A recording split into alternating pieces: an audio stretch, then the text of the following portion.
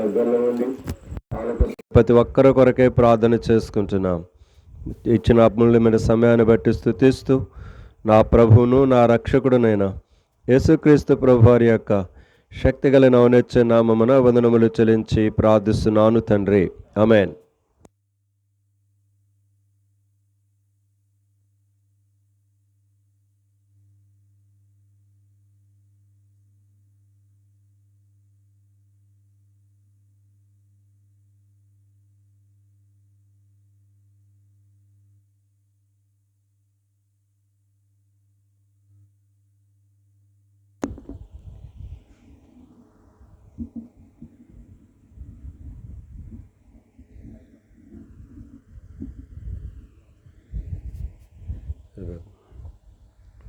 ప్రేమైన సంఘస్థులకు, చేరివచ్చిన కేనిక బంధువులకు ప్రభువైన క్రీస్తు యేసు నామమున మీ అందరికీ శుభములు తెలియచేస్తున్నాను. దేవుడు మనల్ని ఇంకా భూమి మీద ఆరోగ్యంగా బ్రతికింప చేస్తున్నాడు. అది కేవలం ఆయన మంచితనమని గుర్తెరిగి ఇకనైనా ఆయన మాట వినటానికి మనం ప్రయత్నం చేయగలిగితే మంచిది అని ఒక దేవుని సేవకుడిగా ప్రేమతో మీ అందరికీ జ్ఞాపకం చేస్తున్నాను. ఎందుకంటే క్రైస్తవ పల్లెలలో ఇలాగ కూడికలు పెట్టుకున్నప్పుడు వాక్యం వినటము చిన్నప్పటి నుంచి వింటుంటారు. తద్వారా ఏమవుతుందంటే మనం ఎప్పుడు వినేదే కదా, మన దేవుడి గురించే కదా, మన బైబిల్ గురించే కదా చెప్పేది. యేసు ప్రభు నమ్ముకోండి, నమ్ముకోకపోతే నరకానికి వెళ్తారు. పాపంలో ఉంటేనే నరకానికి వెళ్తారు. పాపంలో విడిపించుకుంటే పరలోక రాజ్యానికి వెళ్తారు. ఇవన్నీ తెలిసిందే కదా అని ఒక చులకన భావం ఉంటుంది. ఆ చులకన భావనే క్రైస్తవ లోకాన్ని నిత్యమైన నరకానికి ఎక్కువ మంది వెళ్తున్న వాళ్ళలో క్రైస్తవులు కూడా చాలామంది ఉన్నారు. ఎందుకంటే వారేమైనా లోకస్తులేమైనా తెలియక నరకానికి వెళ్తున్నారు. క్రైస్తవులు ఏమైనా మాకు అన్నీ తెలుసు అంటుకుంటూ నరకానికి వెళ్తున్నారు. ఇది ఎంత ఘోరమో చూడండి. సో ప్రియమైన వాళ్ళరా, బైబిల్ పట్టుకుంటాం, చర్చిలకు వెళ్తుంటాం. మా రవి అయితే 10వ తరగతి ముందు వచ్చాడు. 10వ తరగతి దగ్గర నుంచి అసలు కనబట్ల, అడ్రస్ లేడు. ఎందుకంటే పెద్దవాడు అయిపోయాడు కదా. పెద్దవాడు అయిపోయాడు. ఇప్పుడు పెళ్ళి అయిపోయింది, పిల్లలు 2 పుట్టారు. ఇంకో 4-5 సంవత్సరాలు పోతే కూతురుకు పెళ్ళి కూడా చేస్తాడు, మన తాతయ్య అవుతాడు. ఇంకొంచెం పెద్దవాడు అవుతాడు. పెద్దవాడు అయ్యే కొద్ది తెలివితేటలు ఎక్కువ అవుతున్నాయి, దేవునికి దూరం అవుతున్నారు. చిన్నతనంలో వచ్చినట్లుగా కొంచెం వయసు వచ్చిన తర్వాత రావట్లేదు. ఎందుకంటే అంత తెలిసిపోతుంది కదా. అదే జరుగుతున్న తప్పు. అందుకని ప్రభుని యేసుక్రీస్తు కూడా అన్నాడు, చిన్నపిల్లలదే దేవుని రాజ్యం అన్నాడు. ఎందుకంటే వారు నిష్కపటంగా నిందారహితంగా ఉంటారు. పెద్దయ్యే కొన్ని తెలివితేటలు ఎక్కువ అవుతాయి. తెలివితేటలు ఎక్కువయ్యేసరికి మాకంతా తెలుసు అనుకోండి, నరకానికి వెళ్ళిపోయే బ్యాచ్లు ఎక్కువగా యవన కాలము నుంచే ఉన్నారు. జాగర్లమూడిపల్లిలో యవనస్తుల యొక్క స్థితిని నేను చూస్తున్నాను. లెగిస్తే ప్రతి ఒక్కడి చేతిలో సెల్ ఫోను. వాడు దమిడి పనికిరాడు, ఎదవ దమిడి దేని పనికిరాడు, కానీ చేతిలో మాత్రం 20,000 రూపాయల ఫోను. కెరిగి చదువుకుంటాడంటే చదువుకోడు, పని చేయమంటాడు పని చేయడు. ఇంట్లో కూర్చొని ఒక ఎదవలాగా కూర్చొని తింటున్నారన్నమాట. సో అలాగా దబాయిచ్చి అమ్మ నాన్నలను తినే బ్యాచ్ ఎక్కువైపోయింది జాగర్లమూడిపల్లిలో. కాబట్టి మీకు ఇప్పుడేం తెలియదు యవనస్తులారా. కాబట్టి త్వరగా దేవుని రాకడ దగ్గరకు వచ్చింది. ఆ సమయంలో మీరు అరిచి కేకలు పెట్టుకున్నా, మూలిగినా కూడా మీ మొర వినిపించబడనటువంటి యొక్క పరిస్థితులు దగ్గర పడ్డాయి. కాబట్టి యవనస్తులైన మీరు ఏదో ఒక పని నేర్చుకోండి. ఇంట్లో నుంచి బయటికి వెళ్ళి పని చేయండి. ఆ సెల్ ఫోన్ దగ్గర కూర్చొని ఉదయం నుంచి సాయంకాలం దాకా కూర్చొని చూస్తే నీ జీవితానికి నీకు నీవే నరకాన్ని తవ్వుకుంటూ వెళ్తూ ఉంటావు. సో మీ మీద నాకు కోపముతోటి బాధతో కాదు ఈ మాటలు చెప్తున్నది, ప్రేమతో చెప్తున్నాను. ఎందుకంటే నేను కొంతమంది అడుగుతున్నాను, తల్లుల్ని అడుగుతుంటే ఏం చేస్తున్నారు మీ కొడుకులంటే, ఏం చేస్తున్నారన్నా అని ఏమి చెప్పలేకపోతే నేనే అంటున్నా, దేశదిమ్మర్లు తిరుగుతున్నారు కదా అంటున్నా. అవును, చెప్పలేక వాళ్ళ అమ్మ నాన్నళ్ళు, ఎందుకంటే కొడుకంటే ప్రెస్టేజ్ ఎక్కువ. అబ్బాయిలు పుట్టేసరికి మా నాన్నకు కొమ్ములు వస్తాయి అమ్మ నాన్నలకి, అందుకని అబ్బాయిలు కూడా పెద్ద అయ్యేసరికి ఆ కొమ్ములు ఇంకొంచెం పెద్ద చేస్తున్నారన్నమాట అమ్మ నాన్నలకి.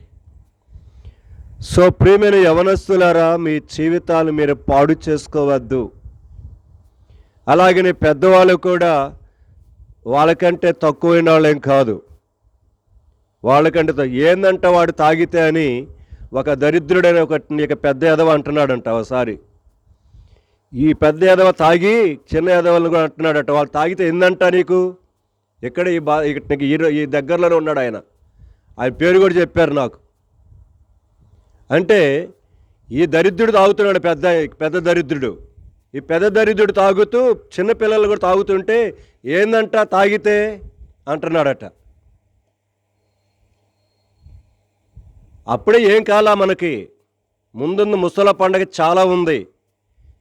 అది ఒక రోజుతో 2 రోజులు పోయేది కాదు, యుగాలు పడాల్సిన పరిస్థితులు వస్తున్నాయి. కాబట్టి కనుక పెద్దవాళ్ళైన మీరు ఈ జీవితాలను మొట్టమొదటిగా సరిచేసుకుంటూ పిల్లలను క్రమశిక్షణలో పెంచడానికి బదులుగా తాగితే ఏందంట అనేటికి కాడికి వచ్చారన్నమాట. అవును, అలాగే చెడిపోయింది పల్లెలో. పెద్దవాళ్ళు చెడిపోయారు, చిన్నవాళ్ళు చెడిపోతున్నారు. చెడిపోవటం చాలా ఈజీ, చెడు వ్యసనాలు నేర్చుకోవటం చాలా ఈజీ, కానీ దాని నుంచి బయటకు రావటమే చాలా కష్టం. యవనేచ్ఛల నుండి పారిపో అన్నాడు. అవును, యవన ఇచ్ఛలు యవన కాల జీవితాన్ని భ్రష్టు పట్టిస్తున్నాయి. యవన ఇచ్ఛలు యవన కాల జీవితాన్ని నాశనం చేసేస్తున్నాయి. యవన ఇచ్ఛలు యవన కాల జీవితాన్ని ప్రయోజనము లేనివిగా చేస్తున్నాయి. యవన ఇచ్ఛలు యవన కాలములోనే అనేకులు లోకాన్ని విడిచిపెట్టి పోయేట్టుగా దోహదపడుతున్నాయి. మనం చెప్పించాను కదా యవనసుల కోడికలో. కనుక లోకములో మనుషులు సగమ కాలమైనా ఏం కావట్లేదట, జీవించట్లేదు. ఎస్, యవనస్తులు ఎక్కువగా ఈ లోకములో ప్రస్తుత దినాలలో చనిపోతున్న పరిస్థితులలో ఉన్నారు. కాబట్టి యవనస్తులారా, మీ క్షేమం కోసమే, మీ మీద ప్రేమతోనే బాధతోనే చెప్తున్నాను ఈ మాటలు. కాబట్టి అమ్మక చాటుగా, నాన్నక చాటుగా, దొంగ చాటుగా, బజారులలో, కనుక వీధులలో, చెట్ల క్రింద, చెరువుల ప్రక్కన, రాత్రి వేళలలో, మధ్యాహ్నము వేళలలో, ఉదయకాల సమయములలో నువ్వేమి చేస్తున్నావో నీ దేవుడు బాగానే కళ్ళు మూసుకొని నిద్రపోవటకుండా కళ్ళుతోటి తేటగానే మీకు యవనస్తుల కొడుకుల జ్ఞాపకం చేస్తా. చదువుతారా వచనం 11:4 కీర్తన 11:4.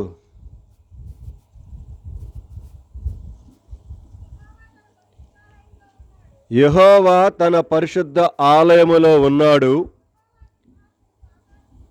యెహోవా సింహాసనము ఆకాశమందున్నది. గమనించండి ఆ పదాలు. దేవుడట నరులను కళ్ళు మూసుకొని కన్నులార నిద్రపోట్లైన మనసారా, దేవుడు నరులను కన్నులారా చూచుచూ ఉన్నాడు. తన కను దృష్టి చేత గమనించాలి, చూడటమే కాదు పరిశీలన చేసి చూస్తున్నాడట.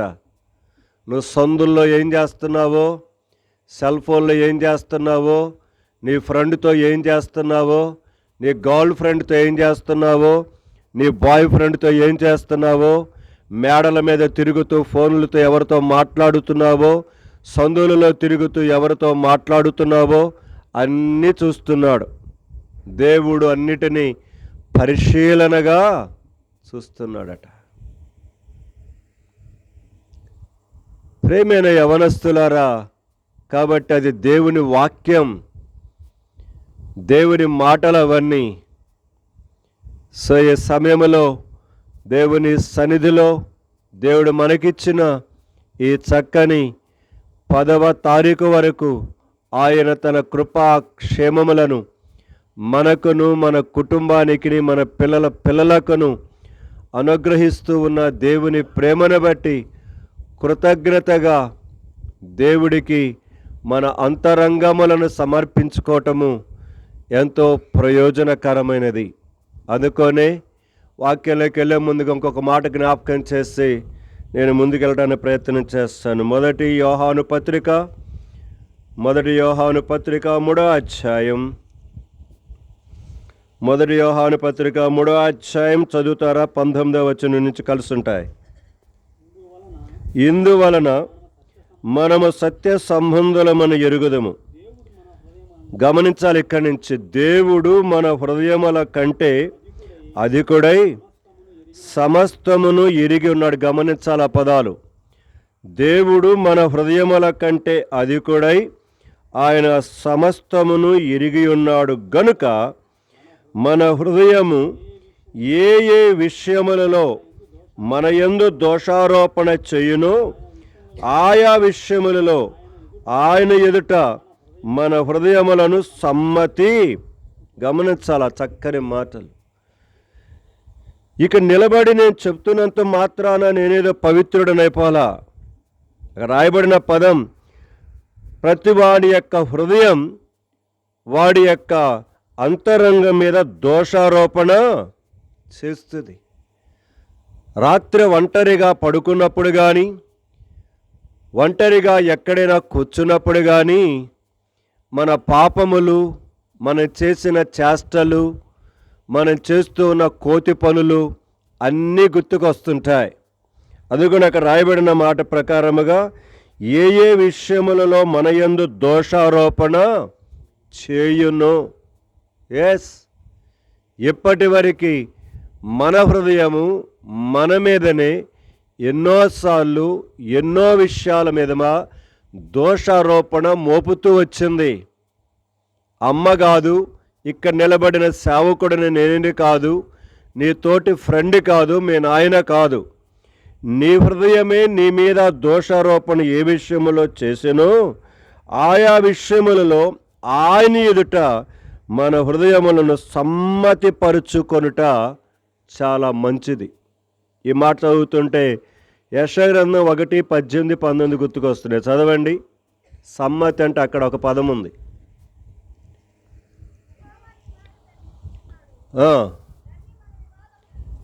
రండి మన వివాదమును తీర్చుకొందము. జ్ఞాపకం చేస్తుంటున్నాడు, మీ పాపముల రక్తం వలె ఎర్రని వైనను అవి హిమము వలె తెల్లబడతాయి, కెంపు వలె ఎర్రని వైనను అవి గొర్రెబొచ్చు వలె తెల్లని వగునికి. తోరి బాగానే ఉంది. ఇక్కడి నుంచి ఆ మాట గమనించాలి. గమనించాలి ఆ పదాలు. ఇందాక మనము మొదటి యోహాను పత్రిక 3వ అధ్యాయం 20వ వచనములో మనం చూస్తూ వచ్చినాం. ఏ ఏ విషయములలో మన హృదయము మన మీద దోషారోపణ చేయును ఆయా విషయములలో ఆయన ఎదుట, ఆయన అంటే సృష్టికర్తని దేవుని ఎదుట మన హృదయాలను ఏం చేయాలంట? సమ్మతిపరుచుకుందాం. ఎవరితో? దేవునితో. అందుకని చెప్తున్నా, చదువు రమలు చదువు. మీరు సమ్మతించి నా మాట వినిన ఎడల మీరు భూమి యొక్క మంచి పదార్థములను, సమ్మతించకపోతే, సమ్మతించక మాకు తెలుసులేవయ్యా, నువ్వు చెప్పుకోనేది చెప్పుకో, మా యవనస్తులు మా ఇష్టం అని ఇంట్లో ఉంచి కనుక సనుక్కుంటూ గొనుక్కుంటూ కొంతమంది ఏమాత్రం వినకుండా సెల్ ఫోన్లు తిరిగేసుకుంటుంటారే, వారందరి కొరకు జ్ఞాపకం చేస్తుంటున్నాడు. సమ్మతించక తిరుగుబడిన ఎడల నిశ్చయముగా ఏం పాలంట? కత్తి తీసి నరికి అవతల పడేస్తాడు. నీ సోకులు, నీ అవారాలు, నీ ఫోనులు ఏమవుతాయి ఆ రోజు? నిశ్చయముగా ఖడ్గమ పాలగుదురు. సమ్మతిస్తే క్షేమకరమైన పరిస్థితి, సమ్మతించకపోతే ఖడ్గమే. సో ఇక్కడ కూర్చున్న పెద్దవారైనా చిన్నవారైనా యేసు ప్రభు నమ్ముకొని బాప్తిసంలో పాలు పొంది ప్రభు బలలో పాలు పొందుతున్న వారైనా ఇంకా ఇంకా ఏ విషయములలో దోషారోపణ మోపుతున్నాయో మన హృదయాలు, వాటన్నిటి విషయములో దేవుని ఎదుటికి వెళదాం, సమ్మతిపరుచుకుందాం దేవునితో, ఆయనతో సమాధానపరచబడదాం. ఎందుకంటే ఆయనే మనలను తన తండ్రితో ఏం చేశాడు? సమాధాన పరిచెను. కొలసి రాసిన పత్రిక 1వ అధ్యాయం, కొలసి 1 వచనము 21 నుంచి లేకపోతే 19 నుంచి. ఆయన యందు సర్వ సంపూర్ణత నివసింపవలననియు ఆయన శిలువ రక్తమ చేత సంధి చేసి, గమనించాలి ఆ పదాలు, శిలువ రక్తమ చేత అంట సంధి చేశాడట. రెండవది, ఆయన ద్వారా సమస్తమును, అవి భూలోకమందున్నవైనను పరలోకమందున్నవైనను, వాటన్నిటినీ ఆయన ద్వారా తనతో సమాధాన పరచుకొనవలనని తండ్రి అభీష్టము. సో ప్రియమైన సహోదరుడా, సహోదరి, చేరి వచ్చిన వారులారా, దూరములో దగ్గరలో ఉండి వింటున్న పెద్దవారులారా, యవనస్తులారా, ఎప్పటికైనా పర్వాలేదు, తండ్రి యొక్క అభీష్టం మనమందరం ప్రభువైన యేసుక్రీస్తు వారు కాచిన శిలువ రక్తమ చేత సంధి చేయబడి సమాధానపరచబడాలని పరలోకపు యొక్క తండ్రి యొక్క ఆశ. ఆ సమాధానమును పోగొట్టుకుంటావా? ఇంకా నేను ఒకటి ప్రశ్నిస్తున్నా, నీ యవన కాలములో యవనిచ్చలలో తిరుగుతూ ఆనందిస్తున్నావు కదా, నీ మంచం మీద నువ్వు పడుకొని అర్ధరాత్రి వేళలో నీ హృదయంలో నువ్వు ప్రశాంతంగా ఉండవా చెప్పు? నువ్వు మంచం మీద పడుకున్నప్పుడు నీ హృదయం ఎన్ని రకాల వేదనతో ఆందోళనతో గురవుతుందో నీకు తెలియదా?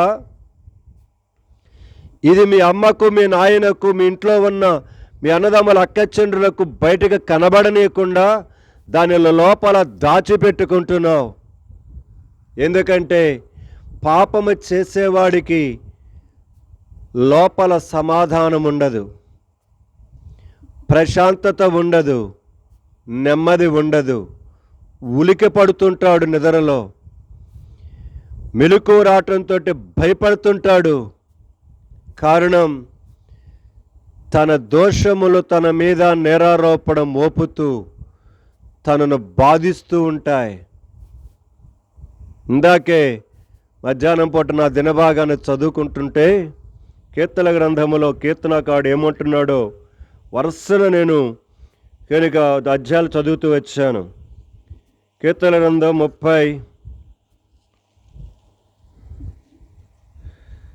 35వ అధ్యాయం దగ్గర నుంచి నేను గబగబా చదువుతూ వచ్చాను.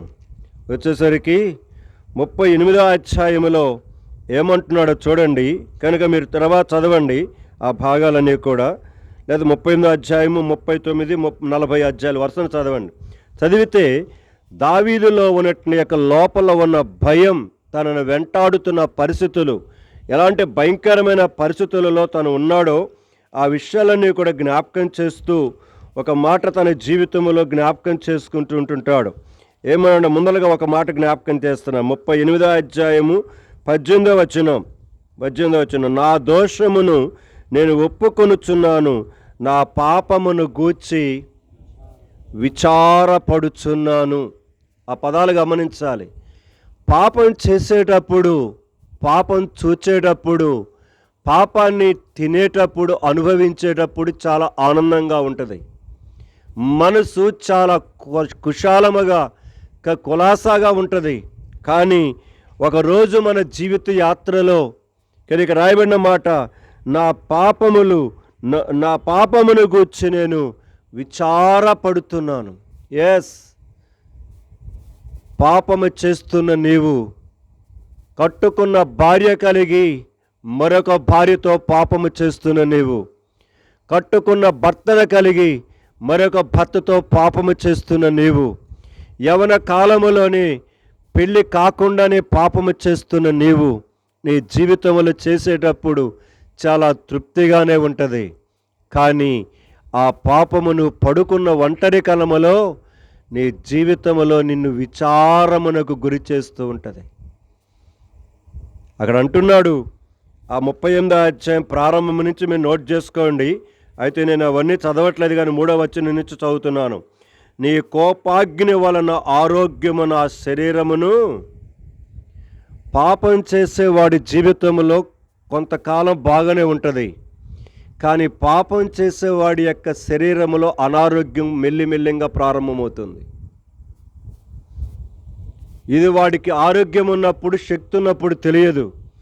పాపము చేయగా చేయగా చేయగా దేవుని కోపం వాడికి రగులుకొని, నీ కోపాగ్ని వలన ఆరోగ్యము నా శరీరమును విడిచిపోయెను, నా పాపమును బట్టి నా ఎముకలలో స్వస్థత. పాపము నిన్ను నిద్రపోనివ్వదు, పాపము నిన్ను పడుకోనివ్వదు, పాపము నీకు నిద్ర రానివ్వదు. పాపము నిన్ను గురించి తిడుతూ ఉంటుంది.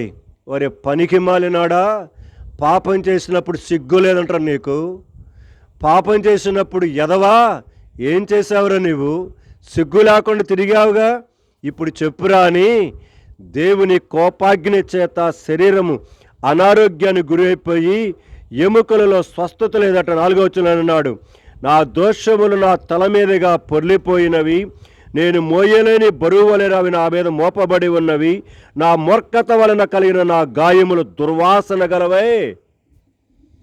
చివరికి నీకు నీవే ఛేదరించుకునే దౌర్భాగ్యమైన పరిస్థితి వస్తుంది. మీరు చదవండి వరుసన. కనుక 38వ అధ్యాయం, 39వ అధ్యాయము, 40వ అధ్యాయం చదువుతూ ఉంటే 40వ అధ్యాయంకి వచ్చేసరికి ఇంకేమన్నాడు? కనుక 12వ వచనములో, లెక్కలేని అపాయములు నన్ను చుట్టుకొని ఉన్నవి, నా దోషములు నన్ను తరిమి పట్టుకొనగా నేను తల ఎత్తి చూడలేక. తలకాయ కూడా ఎత్తుకోలేవు రేపు నీవు. 3 అధ్యాయాల వరుసలు చదవండి. నేను ఈరోజు చదువుతూ వచ్చాను. చదువుతూ ఉంటే అసలు తన జీవితంలో తన పాపం తనని ఎంత భయంకరంగా తరుముతూ ఉన్నదో విచారమునకు గురైపోతూ తల ఎత్తుకోలేని వాడిగా, సిగ్గుతోటి అవమానముతోటి తలదించుకునే వాడిగా చేస్తూ వచ్చింది ఆ పాపం. తను మాట్లాడుతున్నాడు 3 అధ్యాయాల్లో. అంతే, ఈరోజు అమ్మ మాట వినకుండా, నాన్న మాట వినకుండా, నీ పైన ఉన్న దేవుని యొక్క బిడ్డల యొక్క మాట వినకుండా, దైవజనుల మాట వినకుండా తిరుగుతూ ఉంటే రేపు నీ పరిస్థితి ఇదేరా. రేపు మన పరిస్థితి ఇదే. నా పాపముల నన్ను తరిమి పట్టుకొనగా, నా దోషములు నా అపవిత్రతలు తను తరిమి పట్టుకొనగా నేను తల ఎత్తి కూడా నేను చూడలేకపోతున్నాను. ఎస్, సోషల్ మీడియాలో మీరు చూస్తుంటారు.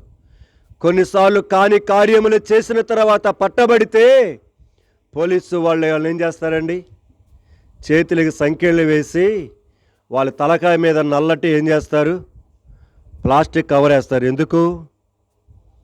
వాడు ఇంకొకడు ముఖం చూడలేడు, ఇంకొకడు ఆడి ముఖం కూడా చూడలేడు. దయనీయమైన పరిస్థితి. అందుకనే వాడు ముఖం మీద నల్లటి కవర్ వేసేస్తారు. తల ఎత్తుకోలేని స్థితి జరుగుతుంది. ఈరోజు చూస్తలేదా సమాజంలో ఎన్ని చూస్తున్నాం? ప్రేమైన సంఘమా, పాపము నిన్ను పట్టిస్తుంది. తిమోతి పత్రికలో ఏమన్నాడు? ఇది అసలు నా భాగం కాదు. తిమోతి పత్రికలో మాట గుర్తుకొస్తుంది. రండి, 1 తిమోతి 5వ అధ్యాయం 24-25 వచనం చదువుతున్నాను. 1 తిమోతి 5వ అధ్యాయం చివరి 2 వచనాలు.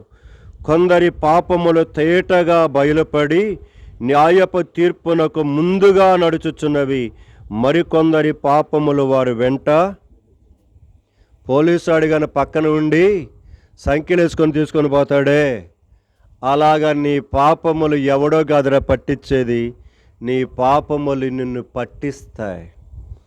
కొన్ని పాపాలు నీ ముందు నడుస్తుంటాయి, కొన్ని పాపాలు నీ సపోర్ట్గా నీ కుడి ఎడమల ప్రక్కన నిలబడి నీతో నడుస్తుంటాయి.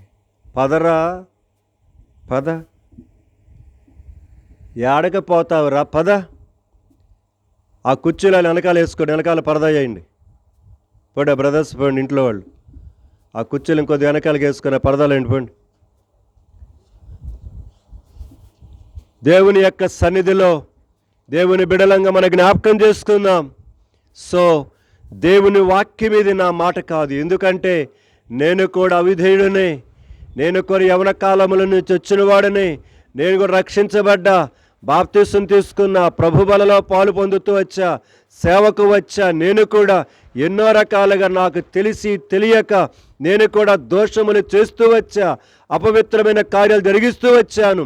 అయితే నా దోషము నా మీద నేరారోపణ మోపుతున్నప్పుడు యేసయ్య దగ్గరికి వెళ్ళి ఆ విధముగా సమ్మతిపడి ఆయన దగ్గర నా దోషముల విషయంలో పశ్చాత్తాపడుతున్నాను. నేటికి నా ఊహల ద్వారా, నా తలంపుల ద్వారా నేను చేయుచున్న నా జీవితము నాకు ఒకవేళ తెలియకపోయినా నా జీవితంలో దేవుని సింహాసనం దగ్గరికి వెళ్ళి సరిచేసుకుంటూ ఎప్పటికో ఆయన యొక్క సిలువ ప్రేమను కోరుకుంటున్నాను. ప్రేమైన వాళ్ళరా, మన దోషములు లెక్కించి చూస్తే, మన పాప కార్యములు లెక్కించి చూస్తే అవి మనకే ఆశ్చర్యం వేస్తుంది, మనకే భయం వేస్తుంది. ఇంత చిట్టా ఉందా నాదేనని. ఎస్, ఎందుకంటే ప్రకటన గ్రంథం 20వ అధ్యాయములో ఆ ధవళ సింహాసనపు తీర్పు దగ్గర ఆ తీర్పు తెచ్చేటప్పుడు ప్రతి వాని యొక్క పాపపు చిట్టా పుస్తకము ఆ రోజు ఏమవుతుందట, జీవ గ్రంథమును మరి ఒక గ్రంథమును, 2 గ్రంథాలు ఉన్నాయి అక్కడ. సో జీవ గ్రంథం అంటే దేవుని దగ్గర ఉండే గ్రంథం, రెండోది ఎవడి గ్రంథం వాడిది ఉంటుంది. ఉదయ భాస్కర గ్రంథం ఉంటుంది అక్కడ. నేను మర్చిపోవచ్చు, నేను జ్ఞాపకం చేసుకోకపోవచ్చు, కానీ దాంట్లో మొత్తము దేవుడు లిస్ట్ అవుట్ ఉంటుంది కనుక దానిని ఎవడు తప్పించుకోలేడు. కాబట్టి దేవుని కోపం, దేవుని ఉగ్రత మన మీద పడకమునిదే సమ్మతించి ఆయన మాట విని మన దోషము నుండి ప్రాయశ్చిత్తపడి బయటకు రావటానికి కొరకై ప్రయత్నం చేద్దాం. లేదంటావా, నీ ఇష్టం. సో నేను నా భాగమునికి రావాలని ఆశిస్తుంటున్నాను. ఇది నా భాగం కాదు అసలు, కనుక నేను కొన్ని విషయాలు నిలబడినప్పుడు కనుక నా మనసులోకి వచ్చిన మాటలు మీ ముందు పంచుకుంటూ వచ్చానంతే. ఈ సమయంలో నిన్నటి దినమున నా దినభాగం యోహాను సువార్తలో ఉన్నాను. కానీ యోహాను సువార్త 2వ అధ్యాయం 3వ అధ్యాయం చదువుకుంటూ వచ్చినప్పుడు ఆ 2 అధ్యాయాలలో నా ఎదురుకు 3-4 విషయాలు తీసుకురాబడ్డాయి. కనుక వాటినే ఈ యొక్క రాత్రికాల సమయంలో సహోదరుడు రవి పవిత్ర వారెవరిని ప్రేమించి వారికి ఇచ్చినట్టుగా 2 కుమార్తెలు వారి కుటుంబముగా వారి జీవితంలో వారికి ఇస్తూ వచ్చినట్టు యొక్క ప్రతి విధమైన మేలుకరమైన కార్యములను బట్టి కృతజ్ఞతగా ఈ కూడిక ఏర్పాటు చేసుకున్నాం. కాబట్టి జ్ఞాపకం చేసుకొని మరి మొన్నటి దినమున మా సమాధానం అక్క వచ్చి చెబుతూ ఉంది, పవిత్రాల అమ్మకు బాగులేదు, మరి మన కూడికి చెప్పిపోయిందిగా నాకు దగ్గర కన్నా. నాకు డౌట్ వచ్చింది, మళ్ళీ పెట్టాల్సి వస్తుందో పెట్టకూడదు మళ్ళీ అని. ఎందుకంటే ఇప్పటికి 3 కూడికలు ఇంకా పెండింగ్లో ఉన్నాయి. 2 కాదు 3 కూడికలు పెండింగ్లో ఉన్నాయి. ఎప్పుడు సడన్గా అంటారు మరి అర్థం కావట్లేదు. ఇక శనివారం పూట ప్రత్యక్షమైంది మా పవిత్రమ్మ అక్క యవనస్సు మీటింగ్లో ప్రత్యక్షమై, అన్నో వచ్చావా తల్లి అనుకున్నా. కానీ ఎందుకు వాళ్ళ అమ్మ బాగులేదని చెప్పింది మా సమాధానం అక్క. అడ్డుపోయింది కదా, కరెక్ట్ అక్క మళ్ళీ ఎప్పుడు వచ్చింది అనుకున్నాను. కూడికి పెట్టమంటావా, మరి మీ అత్త మేము ఈ మాట చెప్పింది అనుకున్నాను. సరే కూడి పెట్టన్నానంది. సరే కనుక మంగళవారం ఖాయం చేస్తూ వచ్చినాం. ఇంకో 3 కూడికలు ఉన్నాయి ఈ నెలలోనే. కనుక ఆ కూడికలు కూడా ఎప్పుడవుతాయో తెలియదు. కనుక వాళ్ళు కూడా సడన్గా ఎప్పుడు చదువుతారో తెలియదు. సో వచ్చే వారంలో కూడిక దాదాపు ఉండవచ్చు. సో ప్రియమైన సంఘమా, జ్ఞాపకం చేసుకుందాం. ఏదేమైనా ఈ కూడికల ద్వారా మనమేదో వచ్చి కూర్చొని వినిపోయేవారుగా ఉండవద్దు.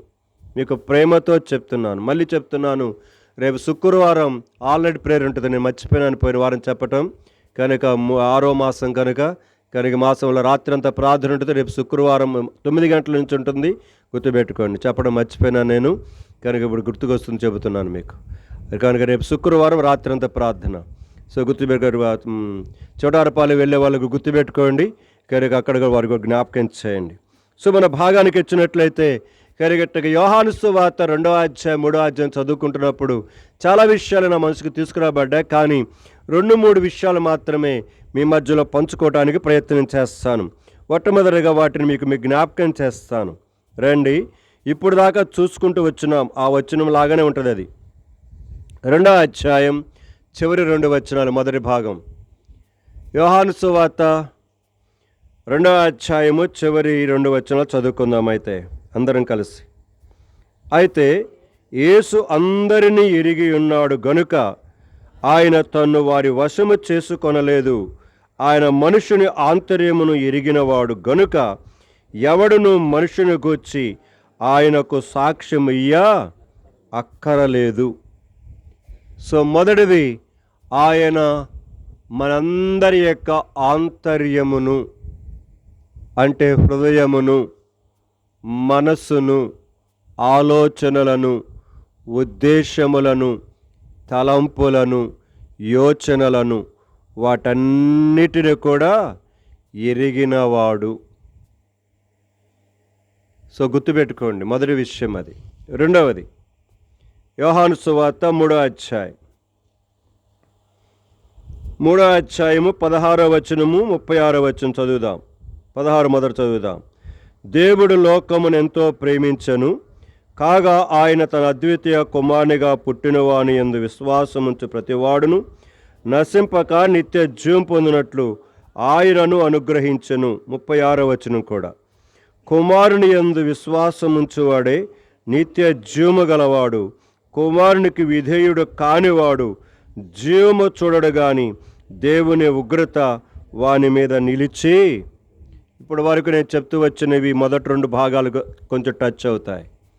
సో మొదటిది, హృదయ ఆంతర్యమును, అంతరంగమును, మన మనసులో ఉన్న ఉద్దేశాలన్నిటినీ ఎరిగినవాడు. రెండవదిగా, ప్రతివాడు ఆయన యందు విశ్వాసముంచి నిత్య జీవమును పొందాలని, దేవుని ఉగ్రత నుంచి తప్పించుకోవాలని దేవుని యొక్క ఆశ. ఇది రెండవది. మూడవది, 3వ అధ్యాయమే 27వ వచనం చదువుదాం. 27వ వచనం, అందుకు యోహాను ఇట్లనెను, తనకు పరలోకము నుండి అనుగ్రహింపబడితేనే గాని ఎవడును ఏమియు పొంద నేరడు. ఈ 3 మాటలు మీ మనసులో పెట్టుకోండి. దేవుడు నన్ను ఎంతవరకు నడిపిస్తే అంతవరకు చెప్పటానికి కొరకై నేను ప్రయత్నం చేస్తాను. అలాగనుకొని మీకు సమయం ఏమి ఎక్కువగా నేను తీసుకోను. దాదాపుగా 9:02 అయింది. సో 9:30 కల్లా ముగించేస్తాను నేను. సో జ్ఞాపకం చేసుకుందాం. మొదటిది, ఆయన మన అంతరంగమును ఎరిగినవాడు. మన హృదయాన్ని ఏంటిదో ఆయనకి బాగా తెలుసు. మనకు తెలుసు, అందరికీ వచ్చినది. దేవుడే మాట్లాడుతున్నాడు.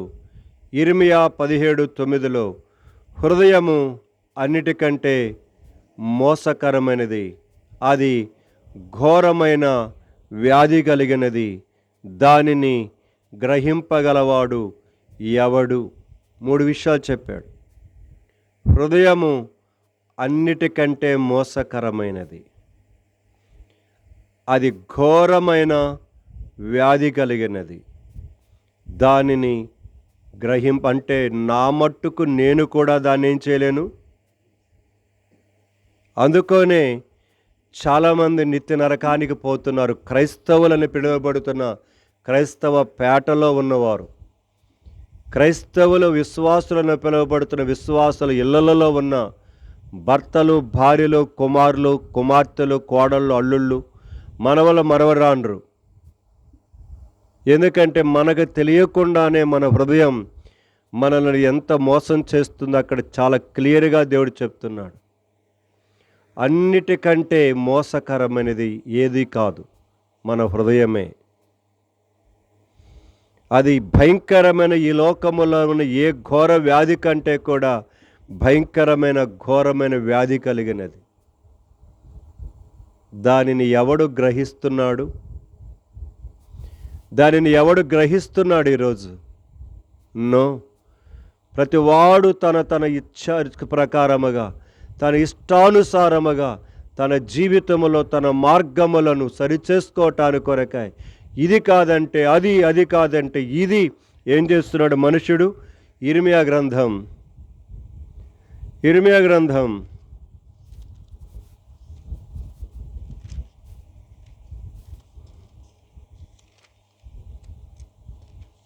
ఇర్మియా గ్రంథము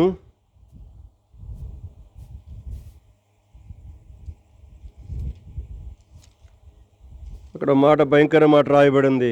కాళ్ళకు అడ్డమ లేకుండా కనుక నీవు ఇటు అటు తిరుగుతున్నావని మాట రాయబడింది.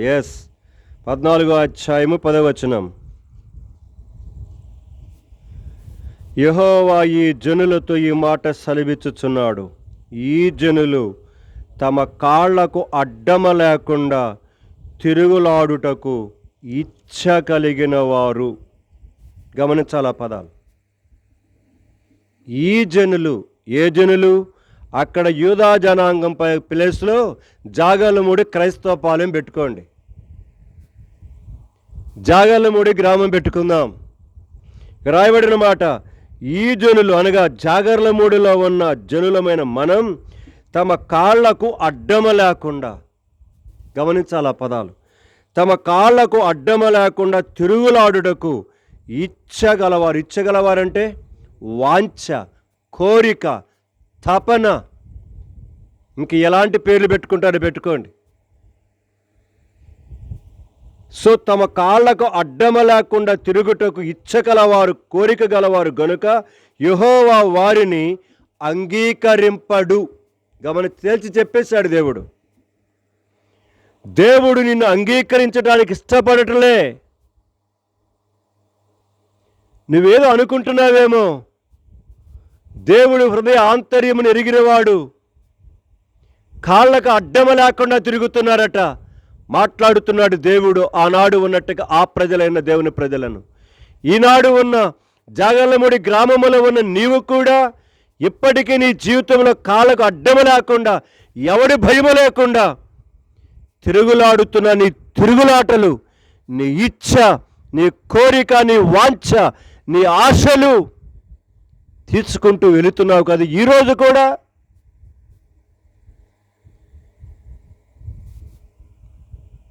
ఎంతకాలం తిరుగుతావయ్యా?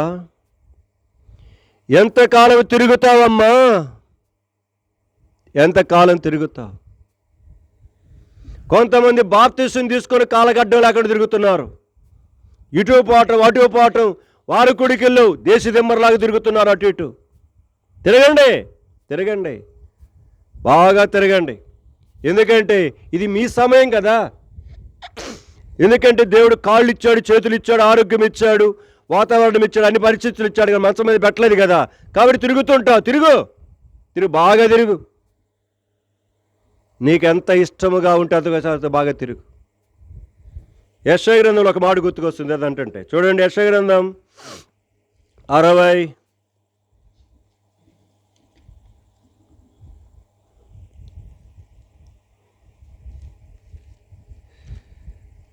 ముందర ఒక మాట చదువుదాం. 58వ అధ్యాయము 13వ వచనములో ఆ చివరి 2 లైన్లు చదువుతున్నా నేను. దేవుని యొక్క ప్రభు దినాన్ని గురించి మాట్లాడుతూ, ఆ దినాన్ని కూడా నీకు ఇష్టమైన పనులు చేయక అన్నాడు. కానీ ఇష్టమైన పనులు చేసుకుంటూనే ఆదివారం కూడా ఏం చేస్తున్నాం? మనము డుమ్మా కొడుతున్నాం. ప్రభు దినాన్ని కూడా, విశ్రాంతి దినం అంటే వాళ్ళకి విశ్రాంతి దినం అంటే శనివారం ఇజ్రాయేల్ ప్రజలకి, మనకి విశ్రాంతి దినం అంటే ఆదివారం, మనకి ప్రభు దినం. సో గుర్తుపెట్టుకోండి, ప్రభు దినానికి కూడా నీకు ఇష్టమైన వ్యాపారాలైనా, నీకు ఇష్టమైన పనులైనా తిరుగు. కాలగడ్డం లేకుండా నీకు ఇష్టకాలం అంతా తిరుగు. చదువుదాం ఇంకా రండి. కీర్తనల గ్రంథము 65వ అధ్యాయం 12వ వచనం చదువుదాం. నేను పిలువగా మీరు ఉత్తరం ఇయ్యలేదు, నేను మాట్లాడగా మీరు ఆలకింపక నా దృష్టికి చెడ్డదైన దానిని చేసితిరి, నాకిష్టము కాని దానిని మీరు. ఎంత క్లియర్గా మాట్లాడుతున్నాడో చూడండి.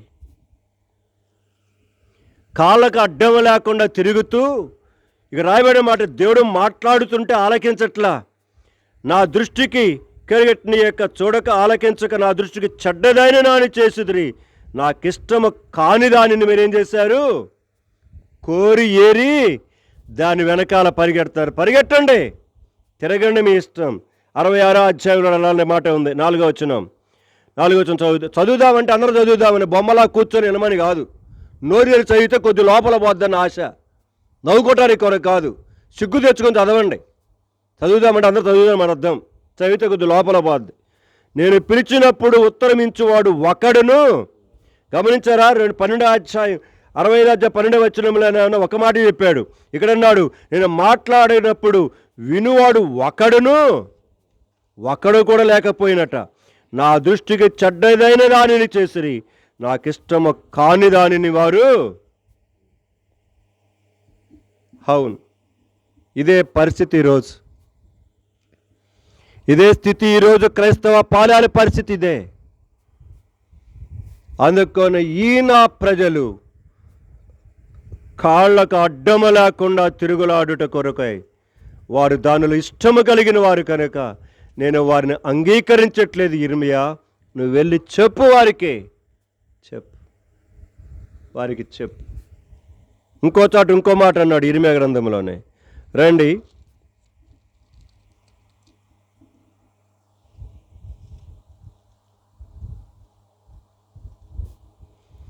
రెండో అధ్యాయము 36వ వచనం 35వ వచనం 36వ వచనం చదువుతానులేండి. 2వ అధ్యాయం 36. నీ మార్గము మార్చుకొనుటకు నీవేళ ఇటు అటు తిరుగుచూ ఉన్నావు, నీవు అష్షూరును ఆధారము చేసుకొని సిగ్గుపడినట్లు ఐగుప్తును ఆధారము చేసుకొని సిగ్గుపడెదవు. సిగ్గుపరచబడ్డావు, ఇప్పటికే మళ్ళీ సిగ్గుపరచబడబోతున్నావు. ముందుగానే చెబుతున్నాను, నువ్వు దయచేసి నీ మార్గాన్ని మార్చుకోవటానికి కొరకాయ ఆ సెల్ ఫోను, ఈ సెల్ ఫోను, ఈ ఛానళ్ళు, ఆ ఛానళ్ళు, ఆ బజారు, ఈ బజారు, ఆ సీసా, ఈ సీసా తాగుతుంటవే. ఇక చాలు.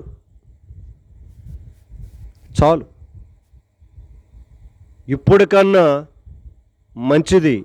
లేకపోతే ఇప్పటికి పడ్డావు సిగ్గు, రేపు కూడా పడబోతున్నావు.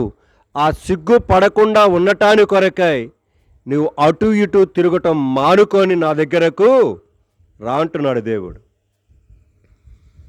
కారణం ఏంది? మనం చూసుకున్నాం కదా, యోహాను సువార్త 2వ అధ్యాయం చివరి 2 వచనాలలో రాయబడిన మాట, ఆయన ప్రతి వాని యొక్క హృదయ ఆంతర్యమును ఎరిగినవాడు. ఒకడెవడో ఆయనకి చెప్పాల్సిన పనిలే. ఆయన మన హృదయ అంతరంగములన్నీ బాగా తెలుసు, ఆయనకి బాగా తెలుసు. చదవండి, కీర్తన 139 అధ్యాయం మొదటి నుంచి. కీర్తన 139 మొదటి నుంచి.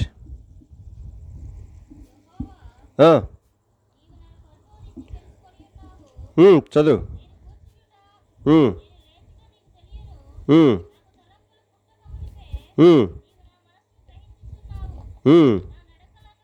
గమనించాలి ఆ పదాలు.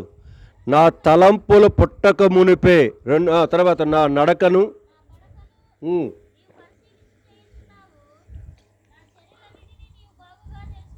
చాలు, మామూలుగా కాదంట, బాగుగా తెలుసుకొనుచున్నావు. మీ అమ్మకి తెలియకపోవచ్చు బాగుగా, నీ పక్కన ఉన్న నీ తోటి ఫ్రెండ్కి కూడా బాగా తెలియకపోవచ్చు. ఎవడి గురించి వాడికి పూర్తిగా వాడికే తెలుసు, కానీ పక్కన ఫ్రెండ్కి కూడా తెలియదు.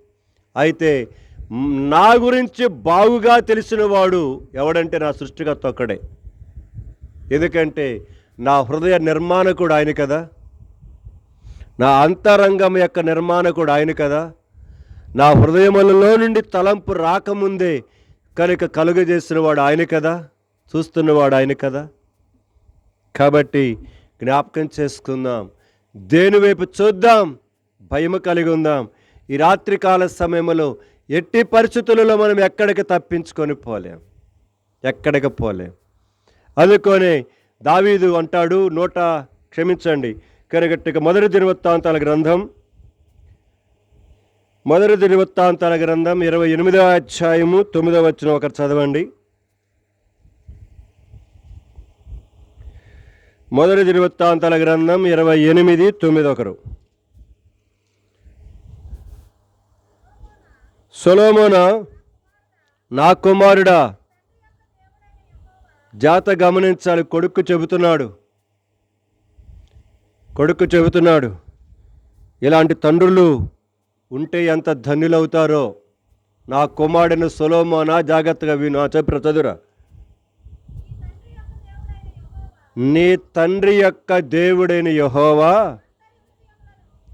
ఏందంట, అందరి హృదయములను పరిశోధించువాడును, ఆలోచనల అన్నిటినీ, గమనించాల పదాలు, హృదయమును, ఆలోచనలను, సంకల్పములన్నిటినీ ఎరిగినవాడునై నీ తండ్రి అయిన దేవుడు ఎవడో తెలుసా సొలొమోనయ్య? హృదయ ఆంతర్యమును, నీ ఆలోచనలను, నీ సంకల్పాలు. ఈరోజు కాదు, కనుక మా రవి ఎన్ని ప్లాన్లు వేసుకొని ఉన్నాడో మా ఇద్దరు కూతుళ్ళ కోసం, ఎన్ని సంకల్పాలు, ఎన్ని ఆలోచనలు ఉంటాయి కదా. పిల్లలు పుట్టిన తర్వాత అమ్మాయి పుడితే ఇదని, అబ్బాయి పుడితే అదని, కనుక ఎన్నో సంకల్పాలు, ఆలోచనలు పెట్టుకోవడం తప్పు కాదు ఇక్కడ. అయితే చెప్తున్నాడు, నీ సంకల్పములు, నీ ఆలోచనలన్నిటినీ, నీ హృదయ ఆంతర్యమును కూడా నా దేవుడు ఎరిగినవాడు నాయనా, ఎరిగినవాడు. ఇప్పుడు మరి 29వ అధ్యాయం కూడా ఇంకో మాట మాట్లాడతాడు చూడండి. 29వ అధ్యాయము 17వ వచనం. నా దేవా, ఏందంట, నీవు హృదయ పరిశోధన. కొంతమంది పలగట్ల మా అక్కలు ఏందో సోపలు పడుతుంది, ఏదో చదువుతున్నాడు మా అన్న, మేమేది వింటున్నాం. ఏమంట మళ్ళీ గట్టి చదువురా. మా అక్కలందరూ చదువుతారా చెప్పండి. మా అప్పమ్మ అక్క, అదేవా, మా అప్పమ్మ అక్క ఇంతకుముందు కనీసం ఆరాధన చేసే ఇప్పుడు అంతా ఆరాధన పోయింది, ఆ ప్రార్థన పోయింది, మొత్తం తుస్సు అంతా అంతే. రాబోయే రోజులు అందరూ తుస్సే. కనుక ఇట్లా ఉంటే కాళ్ళకి ఎత్తబడేది ఏముండదు. చెప్పండి మళ్ళీ శైలి తనతో వచ్చి వాడు చెప్పండి. నా దేవా, చెప్పండి, చదువురా. వెనక నుంచి మాటలు రావట్లే అసలు, ఎక్కడి నుంచి లేట్ కమర్స్. మన very very important IAS officers వెనకాల కూర్చున్నాళ్ళు. ఐఏఎస్ కలెక్టర్లో కనుక ప్రధానమంత్రి ఒక ఆయన పాట పాడుతుంటాడు. కనుక సామాన్యమైనటువంటి వాడికంటే ఒక టైం అంట. రెండవది కరెక్ట్ని యొక్క ఎమ్మెల్యేకి ఒక టైం అంట. ఎమ్మెల్యే కంటే పైనవాడు ఎవడు? ఎంపీకి ఒక టైం అంట. ఎంపీ తర్వాత మంత్రి ఉంటాడనమాట, రాష్ట్ర మంత్రి. కనుక రాష్ట్ర మంత్రికి ఒక టైం ఉంటుందట, ముఖ్యమంత్రికి ఒక టైం ఉంటుందట. తర్వాత మన ప్రధానమంత్రి గారికి అన్నిటికంటే అదిగో ప్రధానమంత్రి ఇప్పుడు వచ్చింది.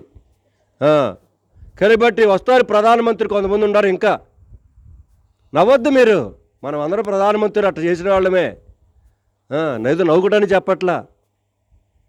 ప్రధానమంత్రి టైములు ఉంటాయి కొన్ని. కనుక అందుకొని వెనకాల వచ్చిన వాళ్ళు మాట రాట్లా నోట్లో నుంచి. చెప్పురా, మళ్ళీ గట్టిగా చదువురా. చెప్పండి గట్టిగా, వెనకాల నుంచి మొత్తం పైకి లేచిపోవాలి అకంతా. చెప్పండి. నా దేవా, నీవు హృదయ పరిశోధన చేయొచ్చు, యథార్థవంతుల యందు. ఎవరు ఎందట?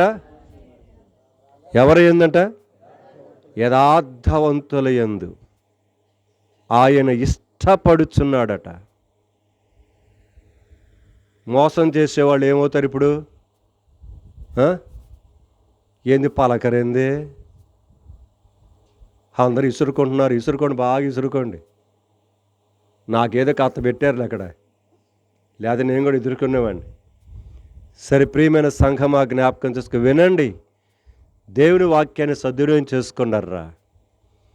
ఎందుకంటే రేపు రాబోయే రోజులలో అన్నపానములు లేకపోవటం వలన కరువు కాదట. ఆమోస్ గ్రంథంలో ఉంటుంది ఆ మాట. దేవుని మాట వినకపోవటం వలన ఆ దినములలో పడి పాట్లట సామాన్యమైనవి కాదు. వాక్యంలో రాయబడింది, నా మాట చెప్పట్లా. ఆ దినాన నువ్వు నెత్తి నోరు కొట్టుకున్నా నీకు వాక్యము వినపడదు.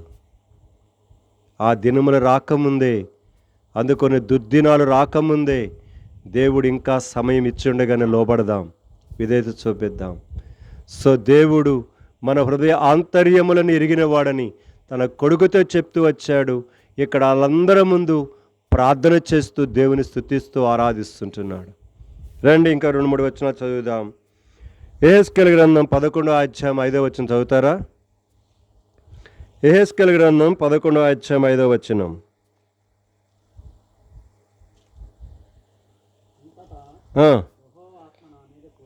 అంతటా యెహోవా ఆత్మ నా మీదకు వచ్చి ఆజ్ఞ ఇచ్చినదేమనగా, మా బన్ను ఎక్కడో చూస్తున్నాడు, బైబిల్ అంతా తెస్తున్నాడు, బైబిల్ చదువుతున్నాడు. నువ్వా మిమ్మల్ని ఒకటి కర్ర తీసుకొని కొట్టాలి. అసలు ఒక్కోడికి అసలు ఆది కాడ నుంచి ప్రకటన గ్రంథం దాకా ఇంతవరకు ఎక్కడుందో తెలియట్లా. 10వ తరగతికి వస్తున్నారు ఒక్కొక్కరు. చదువు. తెలియచేయము. ఏం మాట అంట? యెహోవా మాట సెలవిచ్చిన మాట ఇదే. ఏందంట? ఇశ్రాయేలీయులారా, ఏందంట? మీరు ఇలాగ పలుకుచున్నారే, మీ మనసు ఏంది? వాటి అవి వద్దు నాకు. మీ మనసున పుట్టిన అభిప్రాయములు ఏందంట? నీ మనసున పుట్టిన అభిప్రాయాలు. గమనించరు ఆ పదాలు.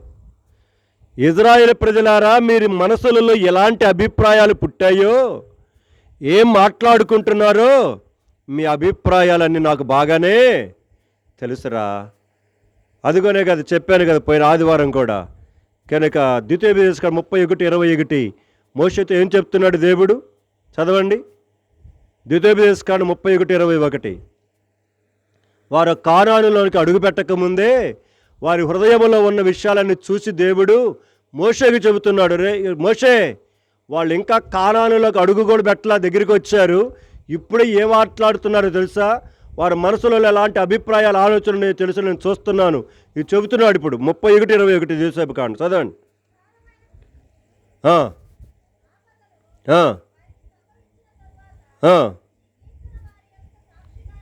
నుండి పలుకును. ఏందా 21 చదువుతావు నువ్వు? చదువు.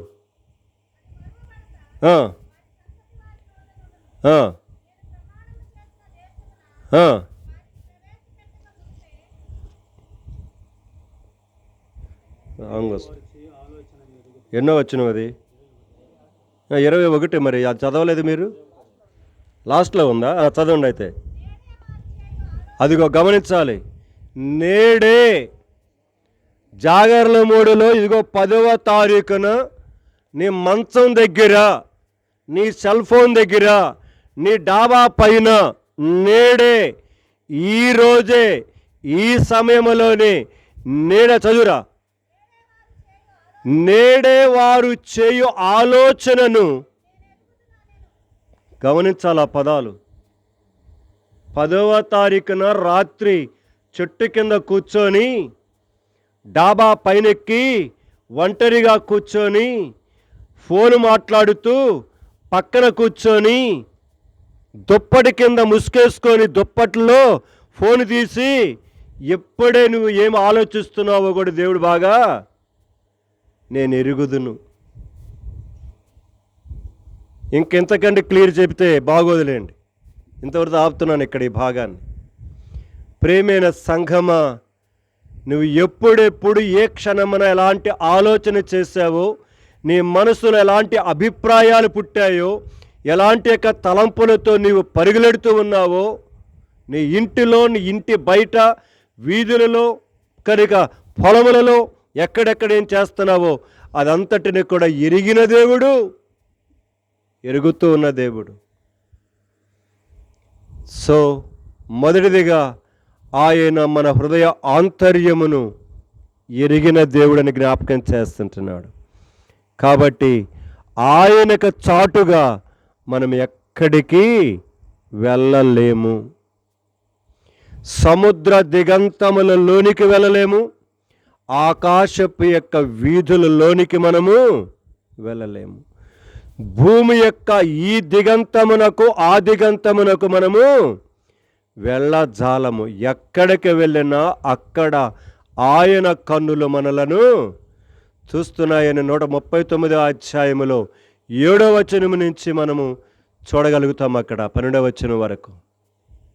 కాబట్టి ఈ రాత్రికాల సమయంలో ఈ యొక్క నేను తీసుకున్న భాగములో మొదటి భాగముగా యోహాను సువార్త 2వ అధ్యాయములో ఉన్న ఆ చివరి 2 వచనములు ఇక్కడ నేను పూర్తి చేయడానికి ప్రయత్నం చేస్తున్నాను.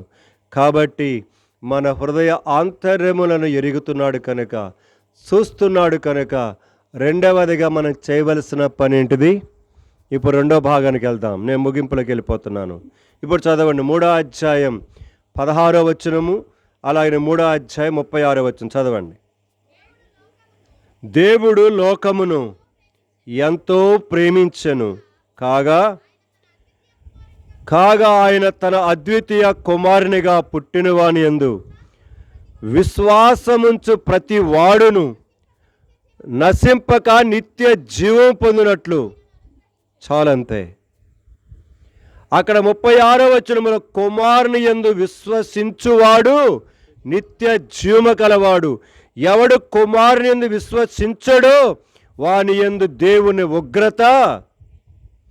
సో మొదటిది, ఆయన మనలందరూ తెలిసి ఉన్నాడు కనుక రెండవది అందుకని చెప్తున్నాడు, నీ మీద ఉగ్రత కుమ్మరించక ముందుగానే ఆయన కుమారుడైన ఆ ప్రభుని యేసుక్రీస్తు వారు చేతులతో నువ్వు చేసిన పాపమును బట్టి ఆయన చేతులలో చిలలు కొట్టబడ్డాయి. మనమందరము చేసినట్టు కాళ్ళతో పాపమును బట్టి ఆయన కాళ్ళలో మ్రేకులు గుచ్చబడ్డాయి. మన హృదయముతో చేసిన పాపమును బట్టి ఆయన ప్రక్కన బలేపోటు పొడిచారు.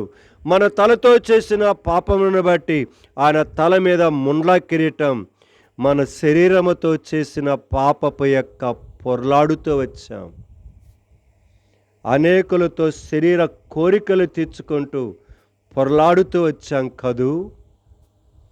కాబట్టి శరీరముతో నువ్వు చేసిన నీ పాపపు యొక్క భయంకరమైన ఇచ్చల కొరకై ఆయన శరీరమంతా నాగటి చాళ్ళవలె దున్నబడినది. కుమారుని యందు విశ్వాసముంచు. ఆ విశ్వాసం ఉంచితే ఆ విశ్వాసము ద్వారా నిన్ను పాపముల నుంచి విడిపిస్తానని చెప్తున్నాడు దేవుడు. ఏ భేదము లేదు, అందరూ పాపము చేసి దేవుడు అనుగ్రహించు ఆయన మహిమను పొందలేకపోతున్నారు. అయితే అలాంటి పొందుకోలేకపోతున్న మహిమను కేవలం ఆయన యందు విశ్వాసము ద్వారా మనకు పాప క్షమాపణను ఆయన చదువుతారా? రోమి రాసిన పత్రిక 3వ అధ్యాయం 23 తర్వాత 24, 25 చదవండి.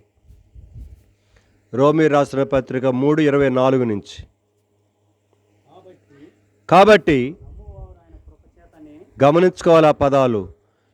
మన జీవితంలో ఈరోజు వడికి చేస్తూ ఉన్న ప్రతి పాపం ఆయన ఎరుగరు గనుక ఇప్పుడు యేసుక్రీస్తు ప్రభువారు నా పాపములను విమోచించి నా కొరకే సిలువలో రక్తము కాచాడు, ఆయన బలి చేయబడ్డాడు, ఆయన రాచిన రక్తములో నాకు పాప క్షమాపణదని ఎవడైతే నమ్ముతాడో ఆ చదువు ఇప్పుడు.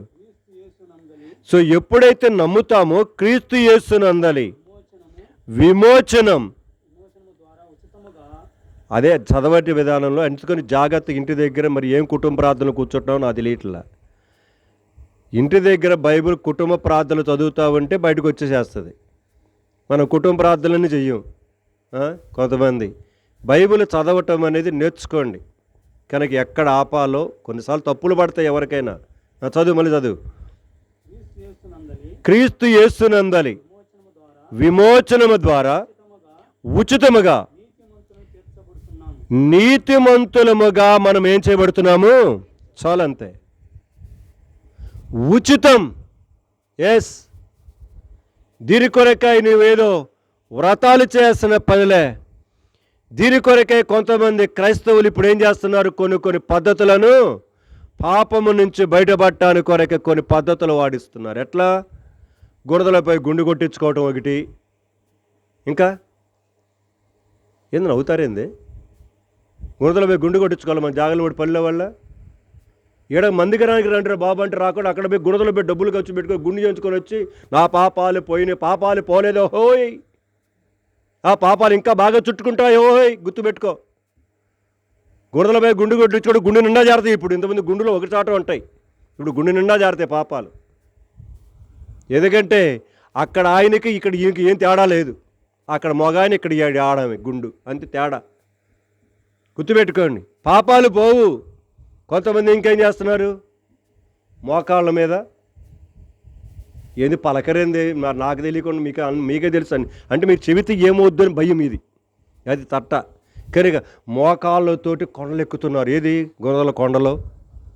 అబ్బా ఎంత భక్తో! మా పాపయ్యని ఇవాళ కనబడ్డాడు. అబ్బాయి ఇచ్చాడు కదా, మన ఆడికి భక్తి ఏముంది, ఇంకా అవసరం ఏముంది? చెప్పాను నేను నెలకోస్తారని కనబడన్నా. మనకి అవసరమే లేదు. ఎందుకు? అబ్బాయి ఇంకొక అబ్బాయిని పుడితే బాగా ఈ కారుడు కొంటాడు, చక్కగా తిరుగుతూ ఉంటాడు. మీ ఇష్టంలేండి. కనుక ఎందుకంటే దేవుడు చాలా కాలం అది ఇచ్చాడు గర్భఫలాన్ని. కనుక దాన్ని చూసుకొని ఆనందపడుతున్నారు. చివరికి నష్టపోయేది మీరే. నేను చెప్పిన మాట వినకపోతే మీరు పోయేది మీరే. అది గుర్తుపెట్టుకోండి. పై భక్తులు కాదు, పై భక్తి కాదు. దేవుడి కొరకే జాగ్రత్తగా బ్రతకమని చెప్పాను. కనుక జీవిస్తే మంచిదే, లేకపోతే నష్టపోయేది మీరే. మీరంటే నాకేం కోపం లేదు, ఆయాసం లేదు, అంటే దుఃఖం లేదు నాకు.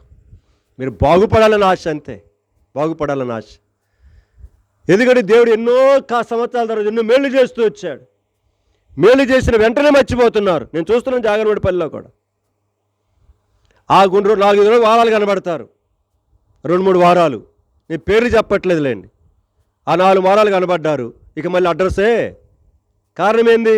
తగ్గిపోయింది కదా, తగ్గిపోయింది. మళ్ళీ దేవుడితో పనే ఉంది. మళ్ళీ ఎప్పుడు పని అవుతుంది దేవుడితోటి? ఏం చెప్పండి. పాస్టర్తో పని ఎప్పుడంట? ఎందుకు మందిరానికి వస్తారు తెలుసు చాలామంది. అది సావుగుడు చెబుతున్నాడు. సావుగుడికి పాస్టర్ కావాలి. ఏంది? సావుకి పాస్టర్ కావాలి, పెళ్ళికి పాస్టర్ కావాలి, ఇంకా పుట్టినరోజుకి మావాడు చెబుతున్నాడు, పుట్టినరోజుకి ఒకటి, ఇంకా చాలా రోజులు ఉన్నాయి మనకి. ఆ రోజులన్నిటికీ ఏది పాస్టర్ కావాలి, దానికోసం పోతాడు చర్చికి. ఉన్నారా బ్యాచ్ చాలామంది ఉన్నారు, మీకు తెలుసునా? నాకు తెలుసు. కనుక అక్కడికి పోతే కనీసం పాస్టర్ వచ్చి వచ్చినప్పుడు పాస్టర్ రాకపోతే ఎట్ట మనకని ఏది ఆపదలు మొక్కులాగా. మరి ఎందుకు పాస్టర్ గారు వచ్చి మరి సామాన్లు చేయాలి కదా. మరి అన్నీ చూస్తున్నాడు. మన వేషాలన్నీ కూడా దేవుడు బాగా తెలుసు. నువ్వు ఎందుకు మందిరానికి వస్తున్నావో, ఎందుకు రావట్లేదు అన్నీ తెలుసు దేవుడికి. ప్రేమైన సంఘమా, గుర్తుపెట్టుకుందాం, ఆయన యందు విశ్వాసముంచు. కనుక మొదటిది మనం చేసే ప్రతిదీ తెలుసు. రెండోది ఆయన యందు నమ్మకముంచు, విశ్వాసముంచు. అయ్యా, నా పాపముల కొరకు నువ్వు రక్తం కాచావు, నువ్వు నా పాపముల కొరకే సిలువకెక్కావు, నా పాపముల కొరకే పరలోకాన్ని విడిచిపెట్టుకున్నావు, నా పాపముల కొరకే రక్తమును కాచావు, చనిపోయావు, సమాధి చేయబడ్డావు, తిరిగి లేచావు. నేడు నా కొరకై తండ్రి కుడి పార్శ్వమున కూర్చొని విజ్ఞాపన చేస్తున్నావు. ప్రభువా, నేను చస్తే నీ దగ్గరకు చేర్చుకోవటానికి కొరకై, నా కొరకై మీరు సంఘాన్ని, సహవాసాన్ని, వాక్యాన్ని, పరిశుద్ధాత్మనిచ్చావు. ప్రభువా, నేను నమ్ముతున్నాను అని విశ్వసించు.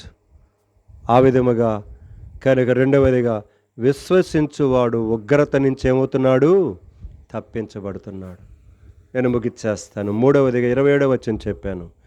పైనుండి ఎవడికైనా ఏదైనా అనుగ్రహింపబడితేనే కానీ ఎవడైనా ఏదైనా కూడా పొందుకొన ఉండారమ్మలారా. ఉండారు చేతులు ఎత్తండి. దొంగ చేతులు ఎత్తవాకండి. దేవుడు చేయి తీసేస్తాడు మీ దొంగ చేతులు ఎత్తారంటే. గుర్తుపెట్టుకోండి. మరి పలకరే అంట. 27వ వచనం చదవండి. బైబిల్ తీయండి అందరూ. బైబిల్ తీయండి. 3వ అధ్యాయం యోహాను సువార్త 3:27 చదవండి గట్టిగా. ముందల మా అక్కలు చదువుతారు అందరూ చదవండి. మా అక్కలు చదవండి గట్టిగా. నాకు అసలు వినపట్టలా. చదవండి గట్టిగా.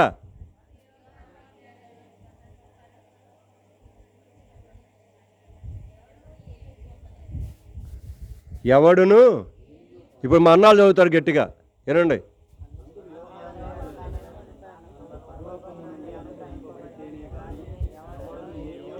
మా అన్నాళ్ళు గెలిచారు మీ మీద. ఏమైనా మేస్తుర్లు కదా, మేస్తుర్లు. సరే, ఏదేమైనప్పటికీ జ్ఞాపకం చేసుకుందాం. భక్తుడేట్నికి యోహాను చాలా స్పష్టంగా చెప్తున్నాడు అక్కడ.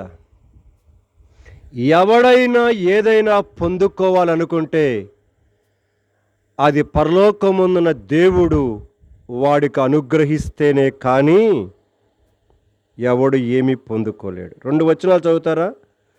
మొదటిదిగా యాకోబు 1:17, రెండవది కీర్తనలు 75:7. ఇంకా చాలా వచనాలు ఉన్నాయి. ఈ 2 వచనాలు చదవండి, ముగిచ్చేస్తాను. యాకోబు 1:17 జాత గమనించాల పదాలు. శ్రేష్టమైన ప్రతి ఈవియు, సంపూర్ణమైన ప్రతి వరమును, పర సంబంధమైనదై జ్యోతిర్మయుడగు దేవుని యొద్ద, పరలోకపు యొక్క తండ్రి యొద్ద నుండి. చాలు, అదే కదా చెప్పాడు అక్కడ. పైనుండి ఎవడికైనా ఏదైనా అనుగ్రహింపబడాలి. శ్రేష్టమైన ప్రతి ఈవి, పరసంబంధమైన ప్రతి ఆశీర్వాదం జ్యోతిర్మయుడైన పరలోకమందున దేవుని యొద్ద నుండి వచ్చే. ఇప్పుడు 75:7 కీర్తన. దేవుడే తీర్పు తీర్చువాడు, ఆయన ఒకరిని తగ్గించును. చాలంతే. ఈ రాత్రి ప్రేమైన కుటుంబమా, నా ఆశ ఒకటే. కనుక 20 విషయములో, మీకు ఇచ్చిన 2 బిడ్డల విషయములో ఆ 2 వచనాలు గుర్తుపెట్టుకోండి. మీరు హెచ్చించబడాలన్నా, ఏం చేయబడాలన్నా పరలోకమందున దేవుడు మీకు అనుగ్రహిస్తే తప్ప, ఒకడిని హెచ్చించాలన్నా ఆయన చేతిలో ఉంది, ఒకడిని తగ్గించాలన్నా కూడా ఆయన చేతిలో ఉంది. జ్యోతిర్మయుడైన ఆ పరలోకమందున దేవుని యొద్ద నుండి శ్రేష్టమైన ప్రతి ఆశీర్వాదమున కూడా వచ్చేది. సో చివరిగా నేను జ్ఞాపకం చేసేది ఏంటంటే, ప్రేమైన కుటుంబం పైనుంచి దేవుని చేత అనుగ్రహింపబడుతూ అనేక రకాలుగా అనేకులకు ఆశీర్వాదకరముగా చేయబడాలని నా కోరిక, నా ప్రార్థన. ఇక్కడ చేరిన మీ అందరి జీవితాల విషయంలో కూడా, వ్యక్తిగతంగా కుటుంబాల్లో కూడా దేవుని యొక్క ఆశ, అభిమతం అదే. సో దేవుడు ఎవరిని కూడా క్రింద స్థాయిలో ఉంచాలని కోరుకోలేదు. అందుకొని ద్వితీయోపదేశకాండలు అంటాడు, ఆయన మనలను తలగానే చేస్తాడు కానీ తోకగా చేయడు. ఆయన మనలను పైవాడినిగానే చేస్తాడు కానీ క్రిందివాడినిగా చేయని వాక్యములు మనం చూస్తాం ద్వితీయోపదేశకాండములో. కాబట్టి పైనుండి ఆయన చేత అనుగ్రహించబడే స్థితులకు రావాలంటే మొదటిది, మన అంతరంగాలన్నీ ఎరిగినవాడు దేవుడని గుర్తుపెట్టుకో. నా పాపములు క్షమించేవాడు ఆయన ఒక్కడే, నా దోషములను క్షమించేవాడు, నా అపవిత్రమైన కార్యములు తెలిసి తెలియక ఈరోజు వరకు చేస్తున్న ప్రతి దానిని కనుక నేను అటు ఇటు తిరగక విశ్వసించి ఆయన యందు నమ్మకం ఉంచి ఆయన శిలువ రక్తములో కడుగుబడి తీర్పు నుంచి తప్పించబడితే, మూడవదిగా ఆయన చేసే పని, ఆయన మనలను పైవారుగా చేయటానికి కొరకు ఇష్టపడుతున్నాడు. అట్టి శ్రేష్టమైన ఆశీర్వాదములోనికి ప్రియమైన కుటుంబం చేరి వచ్చిన మనందరిని కూడా నడిపించుట కొరకై ఆ పరిశుద్ధుడైన దేవుడు సహాయము చేయును గాక. ప్రార్థన చేసుకుందాం.